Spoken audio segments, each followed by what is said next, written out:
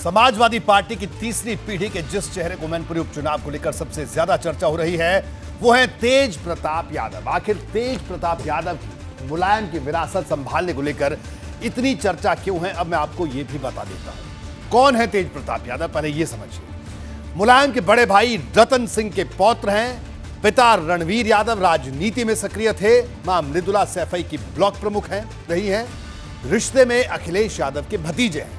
Britain से MBA की पढ़ाई की है। लालू प्रसाद यादव के दामाद हैं।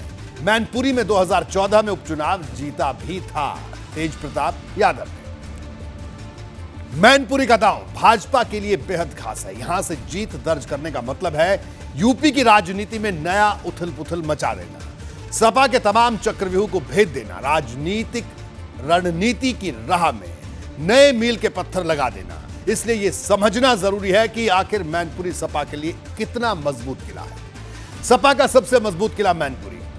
भाजपा कभी भी मैनपुरी में नहीं जीती। 1996 में पहली बार मुलायम सिंह यादव सांसद बने। 1996 से 2019 तक लगातार सपा की जीत होती रही। 2014 की मोदी लहर में भी मुलायम विजयी हुए। 2019 में भी मुलायम सिंह यादव की जीत हुई। 2004 और 2014 के उपचुनाव में भी सपा की जीत हुई। मैनपुरी की करहल विधानसभा सीट से अखिलेश यादव इस वक्त विधायक है। मैनपुरी में सपा के मजबूत होने की एक वजह यहां का यादव वोट बैंक भी है।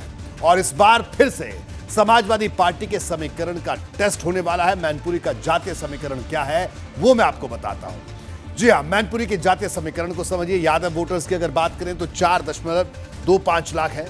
शाक्य वोटर 3 लाख, दलित वोटर 2 लाख, ठाकुर वोटर 2 लाख और ब्राह्मण 1 लाख है। मुस्लिम 1 लाख हैं। लोधी वोटर 1 लाख, वैश्य 70,000। तो ऐसे में समाजवादी पार्टी के लिए जातीय समीकरण के लिहाज से सबसे मजबूत यह जगह बन जाती है। बहरहाल बात तो चुभेगी। मैं भी वक्त एक छोटे से ब्रेक का। ब्रेक के बाद आपको दिखाएंगे ओपी राजभर के पीछे भाजपा के मंत्री पलटवार में लक्ष्मण रेखा भी तहस नहस। बढ़ते आगे। क्या ओम प्रकाश राजभर के तेवर बदल रहे हैं? क्या सुभासपा के अध्यक्ष अब मुख्तार अंसारी के बेटे अब्बास अंसारी से दूरी बना रहे हैं? क्या अपनी ही पार्टी के टिकट पर जीते अब्बास अंसारी के साथ चलना अब राजभर को सियासी तौर पर नागवार गुजरने लगा है? ये सवाल ओम प्रकाश राजभर के उस बयान से उठ खड़े हुए हैं जिसमें उन्होंने कहा था कि अब्बास अंसारी सपा का झंडा लगाकर घूमते हैं। राजभर के इस बयान से सियासी तूफान खड़ा हुआ है। उन पर सवाल खड़े करने वालों में उस भाजपा के भी दिग्गज हैं जिसको लेकर राजभर इन दिनों नरमी भरी बातें कहते हैं।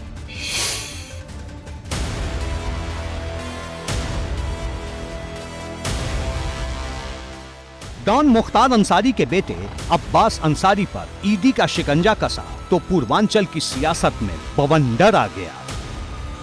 मनी लॉन्ड्रिंग केस में अब्बास की गिरफ्तारी हुई है और इस समय अब्बास 7 दिनों की रिमांड पर हैं।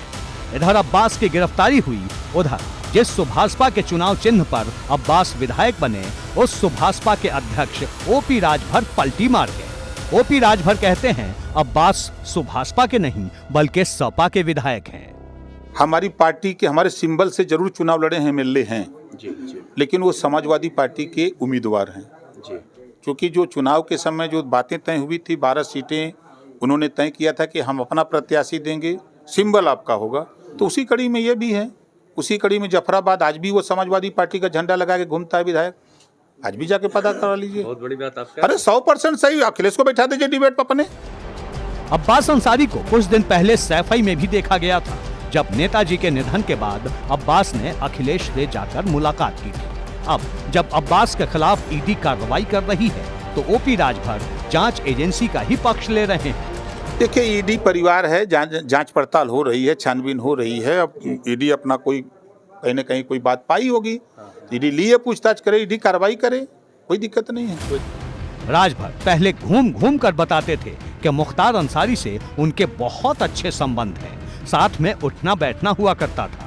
लेकिन अब राजभर की जुबान बदली लग रही है क्योंकि पहले यही राजभर जांच एजेंसियों के दुरुपयोग का आरोप लगाते थे, लेकिन अब जांच एजेंसियों के पक्ष में बयान दे रहे हैं और जब जवाब देते नहीं बनता तो रहीम का दोहा सुना देते हैं। एक रहीमदास जी ने दोहा लिखा है, रहीमन चुप हो बैठिए देख दिनन के फेर, जब नीके दिन आई हैं बनत न लगियां देर। समय का इंतजार करिए। राजभर की जुबान आज नहीं बदली है। राजभर की जुबान तो तभी बदल गई थी जब विधानसभा चुनाव में महागठबंधन की हार हुई थी। हालांकि अब जब राजभर ने अब्बास को सपा का विधायक बता दिया है तो उन्हें भाजपा की तरफ से पुराने दिन याद दिलाए जा रहे हैं। अब इससे बड़ा धूर्तता वाला बयान क्या हो सकता है ना? इससे बड़ा मूर्खता का और इससे बड़ा धूर्तता का कोई बयान नहीं हो सकता। जिनके गाड़ी में बैठकर घूमते रहे, जिनको अपना सिंबल देके चुनाव लड़ाए और यहाँ से लेकर बांदा तक यात्रा करते रहे जिनकी गाड़ी में लेकर, ये सब समाज देख रहा है। ओपी राजभर सिर्फ भाजपा नेताओं के निशाने पर ही नहीं, उन पर तो उनके ही पुराने साथी भी हमलावर हो गए हैं। ओपी राजभर ने अब्बास का हाथ झटका तो महेंद्र राजभर ने इसे जेल जाने का डर बता दिया। नहीं, वो गलत बोल रहे हैं। ओम प्रकाश राजभर, सुहेल देव भारतीय समाज पार्टी के खाते में मऊ सदर की सीट थी और सुहेल देव भारतीय समाज पार्टी का कैंडिडेट श्री अब्बास अंसारी जी थे। इसमें कहीं कोई संशय और दो राय नहीं है। अरे वाह, तो नहीं, वो खुल करके बोल रहे होंगे, वो अलग विषय है।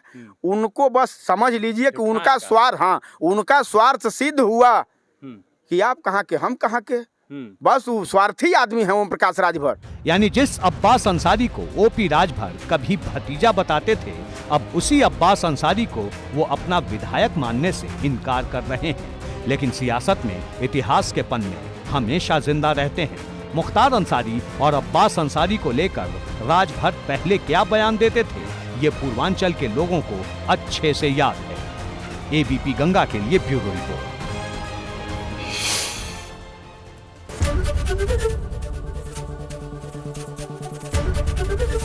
एबीपी गंगा, खबर आपकी, जुबान आपकी।